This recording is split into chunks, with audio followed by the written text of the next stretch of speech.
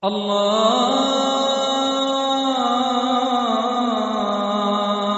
أكبر الله أكبر الله أكبر الله أكبر.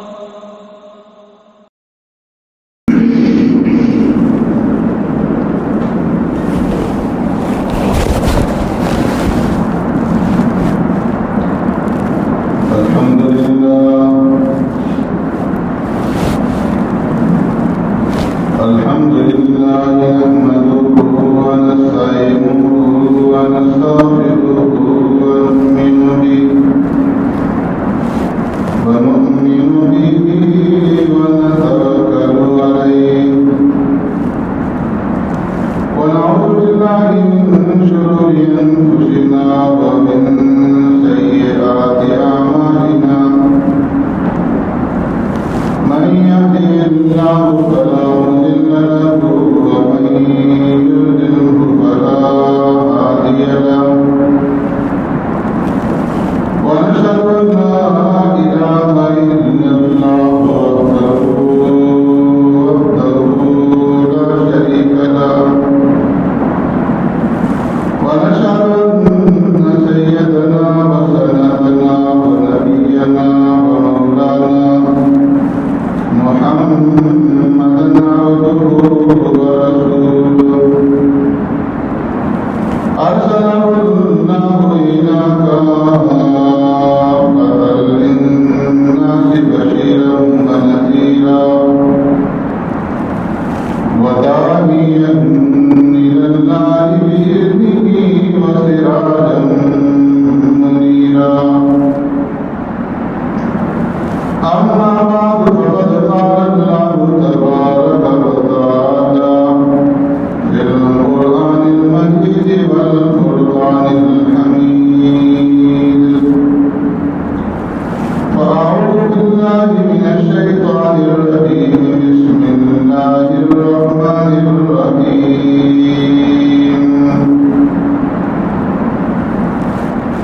ولذكر الله أكبر والله يعلم ما تصنعون. صدق الله مولانا العظيم. يا رب صل وسلم دائما أبدا على حبيبك خير الخلق كلهم. هو الحبيب الذي ترجى شفاعته لكل حول من الأهوال مقتحمين. ولذكر الله أكبر اور اللہ تبارک و تعالیٰ کا ذکر بہت بڑی چیز ہے. واللہ یعلم ما تصنعون. اور اللہ تبارک و تعالیٰ جانتا ہے جو کچھ تم کرتے ہو. آمنت باللہ وبآیاتہ. میرے محترم دوستو،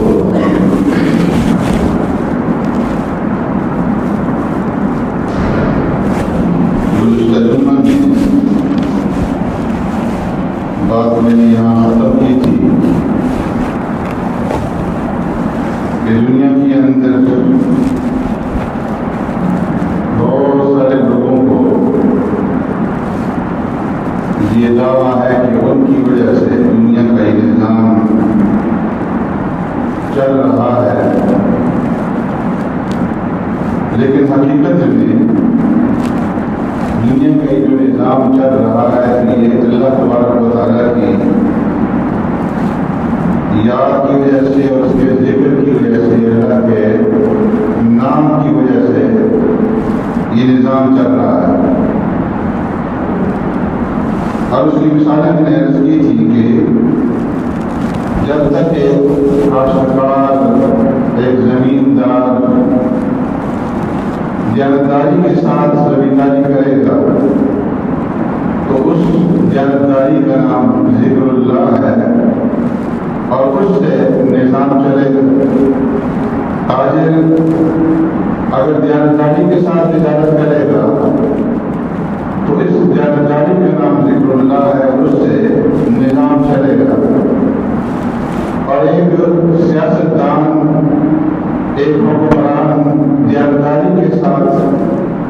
اور عدل و انصاف کے ساتھ حکمرانی کرے گا تو اس سے دنیا کا نظام چلے گا۔ اور اسی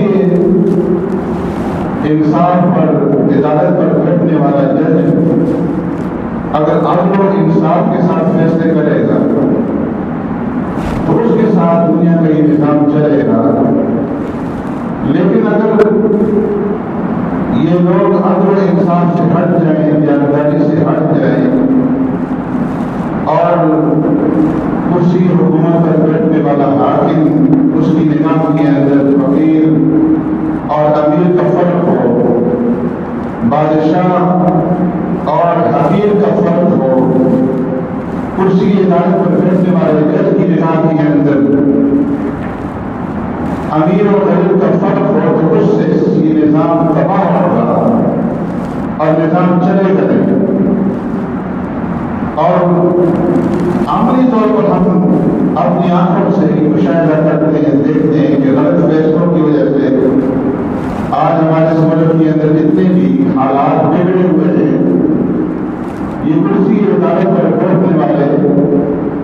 اور جو اس ملک کے حقیقی حکمران ہیں ان کے غلط فیصلوں کا نتیجہ ہے کہ انہوں نے غلط فیصلے کیے اور اس کے نتیجے میں آپ جو ہے اس کی سزا پورا ملک جو بھگت رہا ہے، اور خاص طور پر جو غریب ہیں وہ اس کی سزا بھگت رہے ہیں۔ کرسی عدالت پر بیٹھنے والا جج اگر غلط فیصلے کرتا ہے، اس کی نظام کے اندر ایک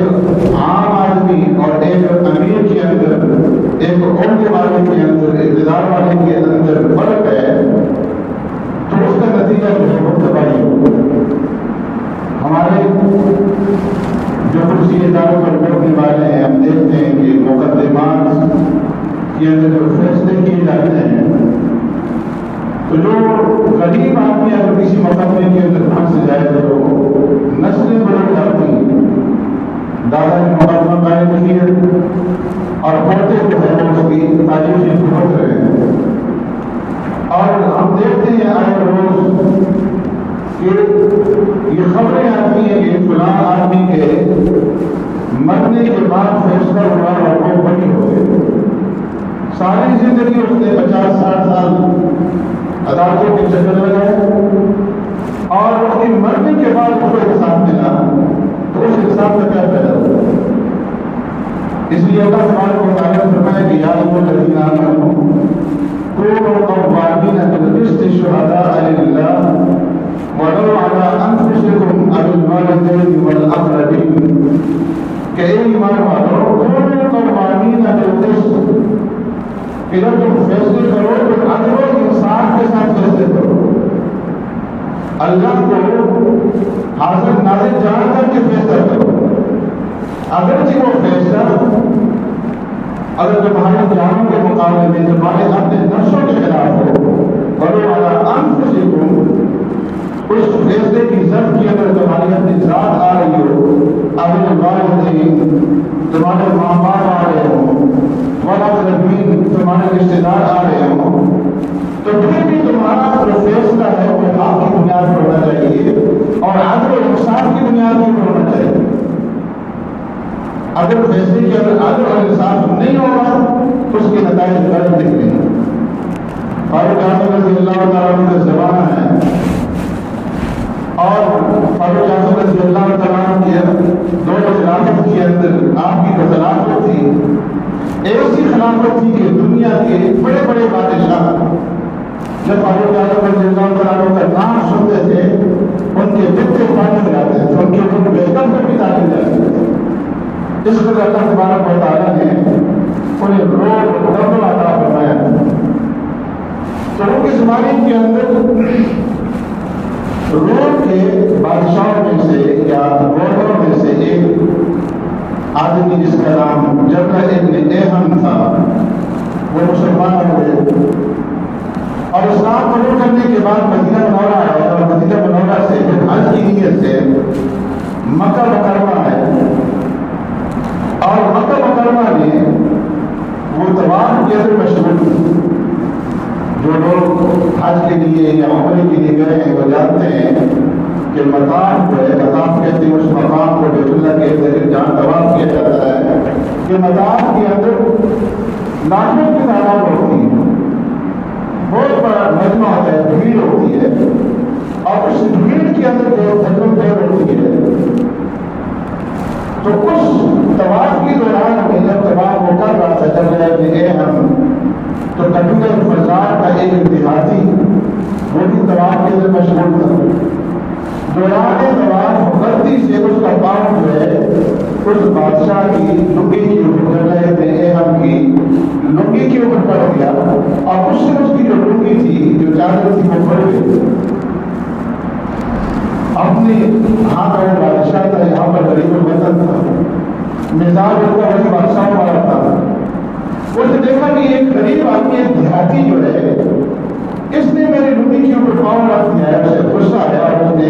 ایک تھپڑ پڑے اس کو رسید کر دیا جس کے نتیجے میں وہ گر پڑا۔ اب اس کے اندر کوئی غلطی نہیں تھی، اس لیے کہ مجمع تھا، دھکم پیر تھی اور اس کے اندر غلطی سے اس کا پاؤں کی لنگی میں پڑ گیا۔ تو اس دیہاتی نے جا کر کے فاروق اعظم رضی اللہ تعالیٰ عنہ کی عدالت کے اندر مقدمہ دائر کیا، دعویٰ دائر کیا کہ امیر المومنین اس طرح جبلہ ابن ایہم نے مجھے تھپڑ مارا ہے، میں اس بات کو تسلیم کرتا ہوں کہ اس کی لنگی کے اوپر میرا پاؤں پڑ گیا، لیکن میں نے قصداً اس کی لنگی پر پاؤں نہیں ڈالا تھا، دھکم پیر کے اندر اس رش کے اندر ایسا ہو گیا۔ اب اس نے مجھے مارا کیوں، اس کو چاہیے تھا کہ مجھے سمجھا دیتا، لیکن اس نے مجھے تھپڑ کیوں مارا، میں اس سے بدلہ لینا چاہتا ہوں۔ اور اعظم رضی اللہ تعالیٰ عنہ نے جبلہ ابن ایہم کے نام پر سند جاری کی ہے، اپنی عدالت کے اندر طلب کی ہے اور عدالت میں طلب کرنے کے بعد فرمایا کہ تم نے اس فرازی کو، اس دیہاتی کو تھپڑ مارا ہے، اب یا تو یہ تو معاف کر دے یا دوسری صورت کے اندر تم سے قصاص لیا جائے گا اور ایک صورت یہ کہ تم فدیہ ادا کر دو۔ تو جب ابن ایہم نے کہا کہ یہ کیسے ہو سکتا ہے کہ ایک دیہاتی، ایک غریب اور ایک بادشاہ غریب اس میں برابر ہو۔ فاروق اعظم رضی اللہ عنہ فرمایا کہ اسلام کے اندر اور اسلامی عدالت کے اندر بادشاہ کے اندر اور فقیر کے اندر کوئی فرق نہیں ہے، یہاں پر سب برابر ہے، کوئی بندہ نواز نہیں ہے۔ میں ایک ہی سب میں کھڑے ہو کے محمود و ایاز نہ کوئی بندہ رہا نہ کوئی بندہ نواز، بندہ نواز صرف اللہ رب العزت کی ذات ہے اور باقی سارے کے سارے بندے چاہے وہ بادشاہ ہے چاہے وہ غریب ہے اور یہ سب کے ساتھ اللہ کے گھر کے اندر برابر ہے، لہٰذا یا تو کے ساتھ ادا کرو یا فدیہ ادا کرو۔ تو اس کو یہ بات ناگوار ہو رہی ہے، اس دین کے اندر تو بادشاہ اور فقیر برابر ہو گئے، لہذا راتوں رات جو ہے وہ وہاں سے باہر نکلا اور واپس اپنے بدر کی طرف چلا گیا، پڑھتا ہو گیا، اسلام چھوڑ دیا۔ اور میں کہ جب وہ واپس ہوا تو وہ بادشاہ بھی مل گئی اور لوگ بڑے خوش ہوئے کہ ہمارا بادشاہ واپس آ گیا اور اپنے پرانے دین کے اندر جو ہے وہ واپس آ گیا، عیسائیت کے اندر واپس آ گیا۔ اب اس نے اسلام قبول کر کے اسلام کو چھوڑا تھا تو فرمایا کہ اگرچہ اس کو بادشاہت مل گئی لیکن اس کو اطمینان اور سکون قلبی جو ہے وہ نصیب نہ ہوا۔ ایک عرصے کے بعد ایک صحابی تجارت کی نیت سے خوش دنیا گئے، یہ اسی تلاش میں تھے، انہیں جب معلوم ہوا کہ ایک صحابی عرب سے آئے ہیں تو انہوں نے اس صحابی کی دعوت کی، اپنے ہاں بلایا اور بلا کر کے کہا کہ معلوم ہے کہ میں مسلمان ہوا تھا اور میرا فلاں فرازی کے ساتھ مقدمہ ہوا اور میں وہاں سے یہ کہہ کر کے اسلام چھوڑ کر کے چلا آیا کہ ایک بادشاہ اور ایک فقیر جو ہے برابر نہیں ہو سکتے۔ اگرچہ بھی واپس آ گیا ہوں، مجھے بادشاہت مل چکی ہے لیکن سچی بات وہی ہے جو فاروق اعظم رضی اللہ تعالیٰ عنہ نے کہی تھی کہ اسلام ہی دین برحق ہے اور سچا دین ہے، اور اس کے اندر جو ہے امیر اور فقیر کے اندر کوئی فرق نہیں ہے۔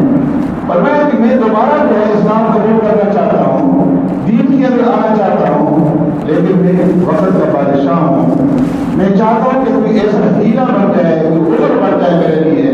کہ میں لوگوں کے سامنے کہہ سکوں کہ اگر میں نے دین قبول کیا ہے تو مجھے اس کے بدلے میں یہ نعمت بھی قبول کی۔ اور وہ ہیرا یہ ہے کہ اگر فاروق اعظم رضی اللہ تعالیٰ اپنی بیٹی کا میرے ساتھ نکاح کر دیں تو میں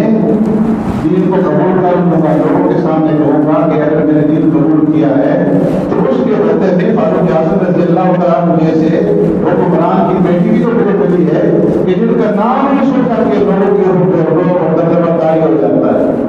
فاروق اعظم کی بیٹی سے بڑھ کر کے میری حکومت بنی۔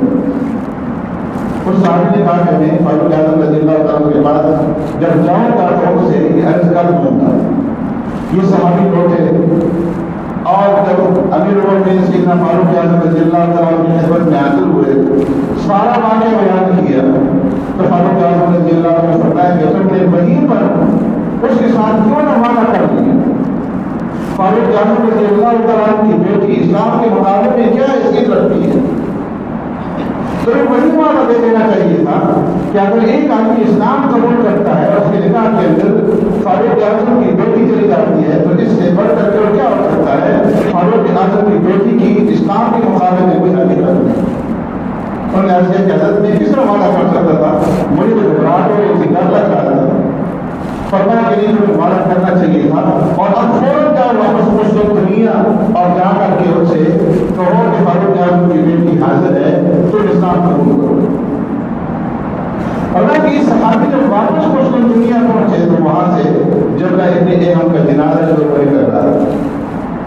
اس کی قسمت کے اندر اسلام نہیں تھا اور ایمان کی اوپر اس کی موت نہیں تھی، اس لیے وہ اسی حالت دنیا سے چلا گیا۔ تو اسلام ہمیں بتا رہا ہے کہ کرسی عدالت پر بیٹھنے والا جج اور کرسی حکومت پر بیٹھنے والا حکمران جب وہ عدل اور انصاف کے اوپر مبنی فیصلے کریں گے اور حق اور سچ کے اوپر فیصلے کریں گے، ان کی نگاہ کے اندر ایک بادشاہ اور ایک فقیر کا جو ہے وہ فرق نہیں ہوگا، تو اس سے دنیا کا جو نظام ہے وہ چلے گا۔ لیکن اگر ان کی نگاہ کے اندر امیر و غریب کا فرق ہے، ایک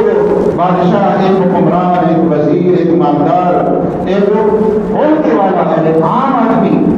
اگر وہ اس کو الگ الگ نگاہوں سے دیکھتا ہے تو وہ دنیا کا نظام جو ہے وہ تباہ و برباد کرے گا، جس طرح کہ ہمارا ہاں جو ہے وہ بول رہا ہے۔ تو فرمایا کہ جو لوگ اللہ تبارک و تعالیٰ کا ذکر کرنے والے ہیں اور اس کی دنیا کا نظام جو یہ چل رہا ہے، اور یہ جو اللہ تعالیٰ کرنے والے ہیں،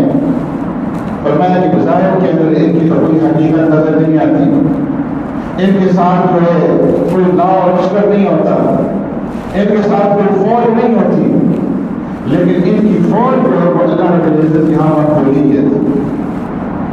کہ اللہ رب العزت کے ہاں ان کو جو مقبولیت حاصل ہو جاتی ہے تو ان سب کو جو ہے وہ حاصل ہو جاتا ہے۔ اس لیے مولانا جہانگیر رحمۃ اللہ تعالی فرمایا کہ مری حقیر گدایان عشق کہ جو لوگ اللہ رب العزت کے عشاق ہیں، اللہ رب العزت کا نام لینے والے ہیں، اللہ کے عشقیہ میں مبتلا ہیں، ان کو حقارت کی نگاہ سے، حقارت کی نظر سے مت دے، اس لیے کہ یہ جو لوگ ہیں شہنشاہ بے کمر، ان کی کمر کے اوپر کوئی بادل کا پتھر جو بادل پر نہیں، اور ان کی سر کے اوپر تاج شاہی نہیں ہے، لیکن فرمایا کہ یہ بے تاج بادشاہ ہے۔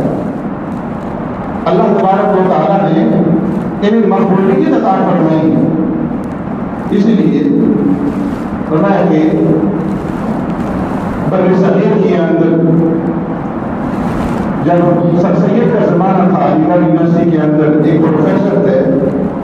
مسٹر آرنلڈ، انہوں نے کتاب لکھی پریچنگ آف اسلام، اور اس کتاب کے اندر انہوں نے اسلام کے بارے میں لکھا کہ اسلام دنیا کے اندر کس طریقے سے پیش آتا ہے۔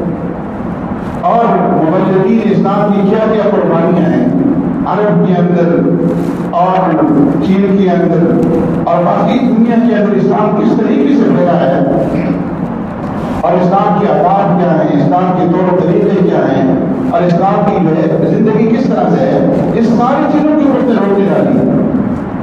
اور اسی کے اندر اس نے ایک لطیفہ لکھا ہے، وہ کہتے ہیں کہ میں نے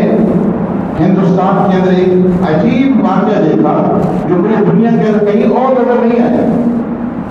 اور وہ یہ کہ میں نے دیکھا کہ ایک شخص ہے جو قبر کے اندر لیٹا ہوا ہے اور قبر کے اندر لیٹ کر کے وہ پورے ہندوستان کی اوپر حکومت کر رہا ہے اور لوگ اس کو سلطان الہند کہتے ہیں، یعنی حضرت خواجہ اجمیری رحمۃ اللہ تعالیٰ علیہ جسے امیر الہند اور امام الہند اور سلطان الہند کے لقب سے جو ہے وہ پکارا جاتا ہے۔ تو وہ کہتا ہے کہ ایک آدمی قبر کے اندر لیٹا ہوا ہے لیکن پورے ہندوستان کی اس کی حکومت ہے اور لوگ عقیدت کے ساتھ اس کی قبر کے اوپر حاضر رہتے ہیں۔ تو فرمایا کہ جو اللہ والے ہیں ان کی جو حکومت ہوتی ہے وہ انسان کے دلوں کے اوپر ہوتی ہے، اور جو تاج والے بادشاہ ہیں، دنیا کے جو بادشاہ ہیں، ان کی حکومت انسان کے بدنوں کے اوپر ہوتی ہے۔ لوگ جو ہے دل سے ان کو نہیں چاہتے، مجمع کے اندر عام طور پر جو ہے اس کا احترام کریں گے، ان کی عزت کریں گے، اقرار کریں گے، ان کی حکومت کو، ان کی بادشاہت کو، ان کی اقتدار کو، ان کی حکمرانی کو تسلیم کریں گے، لیکن جب تنہائی کے اندر جائیں گے تو لعنت بھیجیں گے، چاہیں گے کہ ان کے اقتدار ختم ہو جائے۔ لیکن جو اللہ والے ہوتے ہیں پر میں ان کا جو اقتدار ہے وہ دلوں کو ہوتا ہے، وہ مجمع کے اندر بھی قبول کرتے ہیں اور تنہائی کے اندر ان کا احترام کیا جاتا ہے۔ یہی وجہ ہے کہ آج سیدنا ابوبکر صدیق رضی اللہ تعالیٰ عنہ، سیدنا فاروق اعظم رضی اللہ تعالیٰ عنہ، سیدنا عثمان غنی، سیدنا علی مرتضیٰ، عشرہ مبشرہ، 1,24,000 صحابہ اکرام، ان میں سے کسی کا نام آ جائے تو ہمارا جو ہے وہ سر عقیدت سے جڑ جاتا ہے، اور ہم کہتے ہیں رضی اللہ عنہم ورضوا عنہ کہ اللہ ان سے راضی ہو اور یہ اللہ سے راضی ہو۔ اگر ائمہ میں سے امام شافعی، امام احمد بن حنبل، امام اعظم ابو حنیفہ رحمۃ اللہ تعالیٰ علیہ اور امام مالک رحمۃ اللہ تعالیٰ علیہ اور امام بخاری کا نام آ جاتا ہے، ہمارا سر جو ہے عقیدت سے جڑ جاتا ہے اور ہم کہتے ہیں رحمۃ اللہ تعالیٰ علیہ۔ تو نیکی کے ساتھ، دعاؤں کے ساتھ ان کو یاد کیا جاتا ہے۔ تو میں یہ کیا وجہ ہے، کس وجہ سے؟ وہ ذکر اللہ کی، اس وجہ سے کہ ان کے دلوں کے اندر اللہ تبارک و تعالیٰ کی یاد ہے، اللہ کا ذکر۔ یہی وجہ ہے کہ وہ پوری دنیا کو لال بنا دیتے ہیں اور دنیا کی ان کی نگاہ کے اندر کوئی قدر و قیمت نہیں ہوتی۔ شیخ عبد القادر جیلانی رحمۃ اللہ تعالیٰ علیہ، ان کے ہاں بہت بڑا مجمع ہوتا تھا، مریدین کا، متعلقین کا، ہزاروں کا مجمع ہوتا تھا۔ ایک ایک وقت میں دسترخوان کے 10,000 آدمی جو موجود ہوتے تھے۔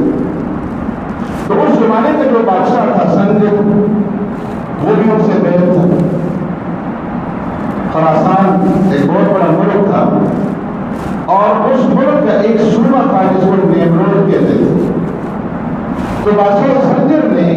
یہ سوچا کہ شیخ کے ہاں اتنی مہمانوں کی کثرت ہوتی ہے، ان کے پاس کوئی جائیداد تو ہے نہیں، کوئی آمدن کا ذریعہ ہے نہیں،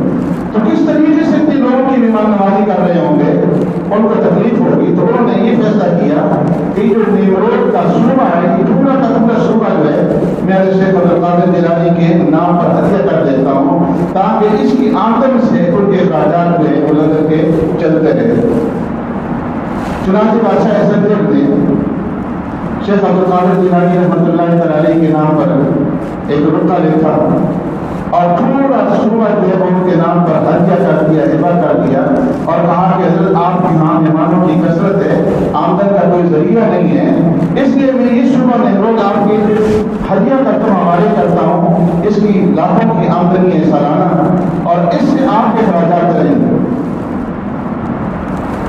شیخ عبد القادر جیلانی رحمۃ اللہ تعالیٰ علیہ کے پاس جب ان کا وہ خط پہنچا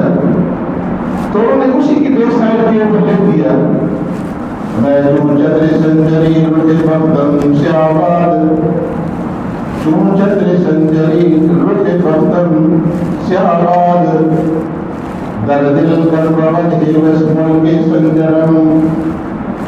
کہ اس وقت جو بادشاہ ہوتے تھے ان کے سر کے اوپر ایک تاج ہوتا تھا اور تاج کے پیچھے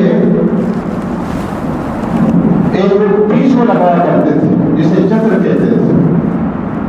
اس کے اوپر سونے کا کام ہوتا تھا اور سیاہ رنگ جو ہوتی تھی کالا سیاہ ہوتا تھا اور تاج کے پیچھے وہ پیچ اس لیے لگایا جاتا تھا تاکہ جب بادشاہ بیٹھے تاج پہن کر کے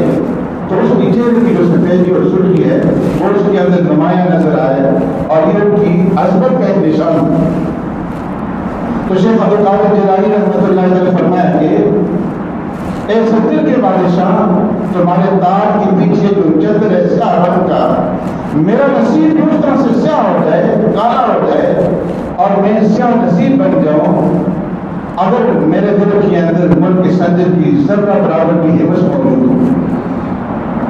اور پھر اس کی وجہ لکھی ابھی شعر کے اندر اور میں نظام دوں کہ یافتم ملک نیم شب کہ جس وقت سے مجھے نیم شب کی مملکت ملی ہے تو اس وقت سے میں کہ ملک نیم روزہ بیت جوڑ نمیم فرم میں جو نیمرود کا ملک ہے اس کی میرے نگاہ کے اندر ایک جوڑ کے دانے کے برابر ہوتی ہے. مجھے اللہ تبارک و تعالیٰ نے نیم شب کا ملک عطا کیا ہے اور نیم شب کا ملک کیا ہے کہ رات کے وقت اٹھ کر کے 2 رکعت نماز تہجد کا ادا کرنا اور تہجد کی ادائیگی کے بعد اللہ سے مانگنا. پر میں جب آدھی رات کی سلطنت اللہ نے عطا کر دی ہے تو مجھے نیمرود کی 8 دن کی سلطنت کی کیا ضرورت ہے. ہمیں یہ کیا وجہ تھی؟ یہ وجہ تھی کہ اللہ تبارک و تعالیٰ نے ان کو جو عطا فرمایا تھا ذکر کی لذت اللہ کے نام کی کہ وہ اس لذت کے مقابلے میں باقی ساری دنیا کو ایک سمجھتے تھے. دنیا کی ان کی نگاہ کے اندر کوئی قدر قیمت نہیں تھی اور حقیقت یہ ہے کہ اللہ کا ذکر ولا ذکر اللہ اکبر. اللہ نے اپنے قرآن کے اندر فرمایا کہ اللہ کے ذکر سے بڑھ کر کے کوئی چیز نہیں. یہ ساری کی ساری کائنات جس طرح میں نے پہلے عرض کیا تھا کہ اس کی جو نظام قائم ہے یہ ذکر اللہ کی وجہ سے قائم ہے. اللہ اللہ کرنے والوں کی وجہ سے یہ نظام قائم ہے. لا تقوم الساعة حتى يقال في الارض اللہ اللہ. اس وقت تک قیامت قائم نہ ہوگی جب تک کہ اللہ اللہ کہنے والے اللہ اللہ کرنے والے اس دنیا کے اندر اس کائنات کے اندر موجود ہوں. ذکر اللہ کی اتنی بڑی طاقت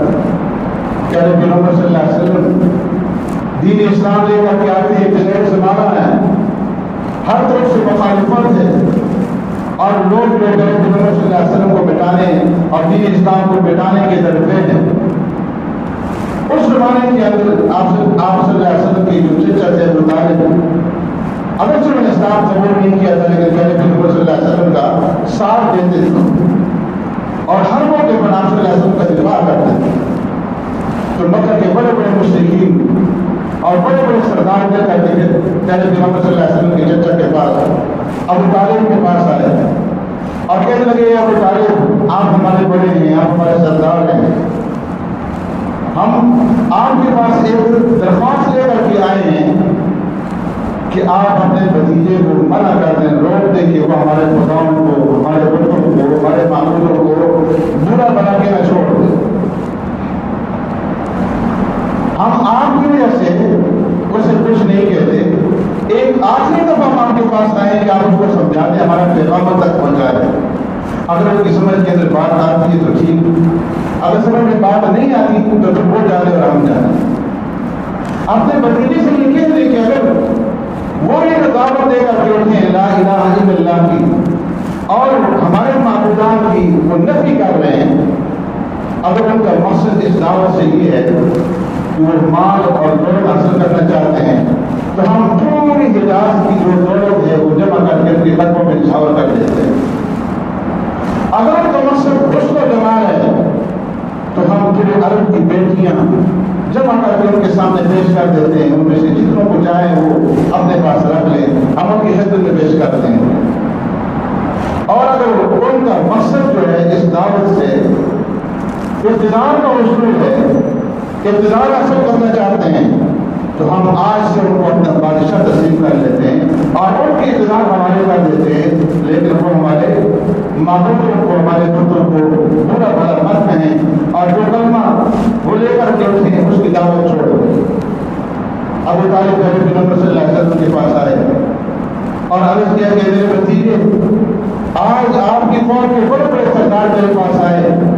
اور انہوں نے مجھے اپنا ایلچی اور پیغامبر بنا کر کے آپ کے پاس بھیجا ہے، اور انہوں نے یہ کہا کہ اگر آپ کا مقصد یہ ہے کہ آپ مال جمع کرنا چاہتے ہیں تو ہم پوری سرزمین حجاز کی دولت آپ کے قدموں میں نشاور کر دیتے ہیں، اگر اس کو جمال مقصود ہے تو ہم اس کو جمال ساری بیٹیاں جو وہ آپ کی قدموں میں نشاور کر دیتے ہیں، اور اگر بادشاہ مقصود ہے تو ہم آپ کو اپنا بادشاہ بنا لیتے ہیں، لیکن ہمارے معلوموں کو پورا بنا کے نہ چھوڑ دو اور اس دعوت کو چھوڑ دو جو آپ لے کر کے اٹھے۔ آپ نے فرمایا کہ جب آپ نے روٹیاں رکھے گے، کہا آپ نے فرمایا کہ اللہ کی قسم اگر وہ میرے ایک ہاتھ کے اندر سوئی لا کر کے رکھ دیں اور دوسرے ہاتھ میں چاند لا کر کے رکھ دیں، تب بھی میں اس کلمے کی دعوت کو نہیں چھوڑوں گا جیسے لے کر کے میں اٹھاؤں، جب تک کہ پوری دنیا کے اندر اس کلمے کی دعوت کو پھیلا نہ دوں یا میری جان بے مر چلی جائے۔ یہ کیا تھا؟ وَلَذِكْرُ اللَّهِ أَكْبَرُ، کہ اللہ کا ذکر اور اللہ کا کرنا اور اللہ کی یاد، اور نہ اس کے مقابلے میں نہ سورج کی کوئی حیثیت ہے اور نہ چاند کی کوئی حیثیت ہے اور نہ کائنات کی کوئی حیثیت ہے، اس لیے کہ اگر سورج کی زندگی ہے تو وہ بھی اللہ کے ذکر کی وجہ سے ہے، اور چاند کی زندگی ہے تو وہ بھی اللہ کے ذکر کی وجہ سے ہے، اور باقی کائنات کی زندگی ہے تو وہ بھی اللہ کے ذکر اور اس کی یاد کی وجہ سے۔ یہی وجہ ہے کہ حدیث کے اندر آتا ہے پتہ کہ قیامت کے دن ایک آدمی کے اعمال نامے میں وہ حاضر کیے جائیں گے اور اس کے 99 جو دفتر ہوں گے جو گناہوں کے بھرے ہوئے ہوں گے، بڑے بڑے دفتر، ایک دفتر پر کھول کیا جائے تو ساتوں آسمان اور سات الزمین اس کے اندر جو چھپ گئے، اتنے گناہ ہوں گے، اس کے اتنے گناہ ہوں گے کہ کائنات کے اندر ان گناہوں کی فکر جو ہے وہ سائی نہیں ہوگی، اتنے زیادہ جو اس کے گناہ ہوں گے، کائنات میں سما نہ سکیں گے، زمین و آسمان کے اندر سما نہ سکیں گے۔ اس آدمی کو اللہ کے حضور پیش کیا جائے گا، اللہ فرمائیں گے کہ اے بندے تم یہ گناہ کیے، وارث کرے گا کہ اللہ میں نے کیے، میرے پاس کوئی عذر نہیں ہے، وہ یہ سمجھے گا دل کے اندر کہ اب اللہ کو مجھے حکم دیں گے کہ اس کو لے جاؤ جہنم کے اندر۔ اللہ کو یہ فرمائیں گے کہ اے بندے تمہاری ایک نیکی بھی ہمارے پاس ہے، اور ایک پرچی لے کر آئے گی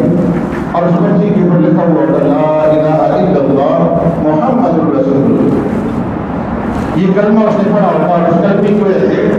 وہ مسلمان ہوگا، سوائے اس ایک نیکی کے، اس ایک پرچی کے اس کے پاس باقی کچھ بھی نہیں ہوتا، سارے گناہ ہی گناہ ہوں۔ اللہ رب العزت فرمائیں گے کہ اے بندے تم لے جاؤ اپنے اعمال نامے کو اور اپنی موجودگی کے اندر اس کو چلواؤ، اس کا وزن کرواؤ، تاکہ تمہارے پاس یہ وجہ باقی نہ رہے کہ میرے فرشتوں نے تمہارے ساتھ میں زیادتی کی۔ وارث کہے گا اے اللہ آپ مجھے کیوں رسوا کرتے ہیں، کیوں ذلیل کرتے ہیں، میں جہنم کا مستحق ہوں، بھلا اتنے گناہوں کے مقابلے میں یہ بچی کیا کرے گی، مجھے جہنم کے اندر بھیجے گی۔ عرض کرے گا ماں ہاں جی بتاؤں گا، اے اللہ اتنے دفتروں کے مقابلے میں اس بچی کی کیا حیثیت؟ اللہ فرمائیں گے لا ظلم اليوم، آج کے دن کسی کے اوپر ظلم نہیں ہوگا۔ فمن يعمل مثقال ذرة خيرا يره ومن يعمل مثقال ذرة شرا يره۔ آج ایک ذرے کے برابر بھی کسی نے کوئی اچھا کام کیا ہوگا وہ بھی اس کے سامنے پیش کیا جائے گا، اور ایک ذرے کے برابر نے کوئی برا کام کیا ہوگا تو وہ بھی اس کے سامنے آئے گا، کسی کے اوپر ظلم نہیں ہوگا۔ اللہ پھر فرمائیں گے کہ لے جاؤ اس کو چلواؤ، اور پھر عرض کرے گا اے اللہ مجھے رسوا نہ کیجیے، ذلیل نہ کیجیے، اس مخلوق کے سامنے میں جہنم کا مستحق ہوں، مجھے جہنم کے اندر بھیج دیجیے، میرے پاس کوئی وجہ نہیں۔ اللہ فرمائے کہ نہیں جاؤ تلوار، فرمایا کہ اس کی جب ان گناہوں کو چلوایا جائے گا، ایک طرف وہ 99 دفتر رکھے جائیں گے، ایک طرف پردے کے اندر اس بچی کو رکھا جائے گا جس کے اوپر لا الہ الا اللہ محمد رسول اللہ لکھا ہے، اور جب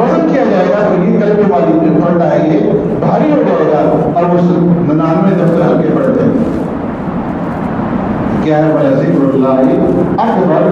کہ اللہ رب العزت کا ذکر جو ہے اور اس کی یاد ایک معمولی چیز نہیں ہے. اس لیے اللہ نے فرمایا کہ یا ایھا الذین آمنوا اذکروا اللہ ذکرا کثیرا. اے ایمان والو تم کثرت کے ساتھ اللہ کا ذکر کرو, اللہ کو یاد کرو. اور ذکر کثیر کیا ہے؟ علماء فرماتے ہیں کہ ذکر کثیر یہ ہے کہ تم اپنے بچوں کو وہ ساری دعائیں یاد کروا دو جو عام طور پر مساجد کے اندر, مدارس کے اندر بچپن کے اندر بچوں کو سکھائی جاتی ہے. کہ رات میں جب سو تو یہ دعا پڑھو اللہم اس میں کا عمود و واقعہ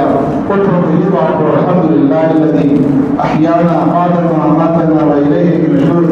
بیت الخلاء کے اندر جاؤ تو یہ دعا پڑھو اللہم انی اعوذ بک من الخبث والخبائث. باہر نکلو تو یہ دعا پڑھو غفرانا الحمدللہ الذی اذهب عنی الاذى وعافانی. اور اس کے بعد جو ہے ہاتھوں کو دھو تو یہ دعا پڑھو, کلی کرو تو یہ دعا پڑھو,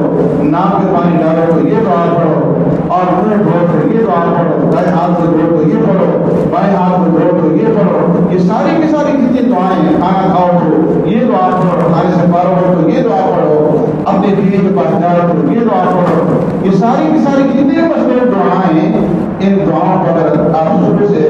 اپنے بچوں کو یاد کروا دیں گے اور آپ کو یاد نہیں ہے تو 3-4 مہینے کے اندر آپ خود بھی اگر ان دعاؤں کو یاد کر لیں گے اور پھر ہر موقع کے مطابق ان دعاؤں کا ورد کریں گے, تو پڑھیں گے تو یہ ذکر کثیر, یہ اذکروا اللہ ذکرا کثیرا کے اندر داخل ہے. اور اس کے ساتھ ساتھ صبح شام کم از کم ایک تسبیح ہے وہ سبحان اللہ والحمدللہ ولا الہ الا اللہ واللہ اکبر کی پڑھ لیں. ایک تسبیح ہے وہ استغفار کی پڑھ لیں استغفر اللہ تعالی ربی من کل ذنب واتوب الیہ استغفر اللہ الذی لا الہ الا هو الحی القیوم واتوب الیہ. اور ایک تسبیح ہے وہ ضرور سے کم از کم پڑھ لیں کہ یہ بھی ذکر کثیر کے اندر داخل ہوگا. اور اس کے ساتھ ساتھ جتنے بھی فرائض ہیں ان فرائض کی پابندی کریں, قرآن کریم کی تلاوت کریں, تو آپ لوگ ذکر اللہ جو کثرت سے ساتھ کرنے والے ہیں ان لوگوں کی کتاب کے اندر شامل ہو جائیں گے. اللہ رب العزت ہمیں ان کی توفیق عطا فرمائے.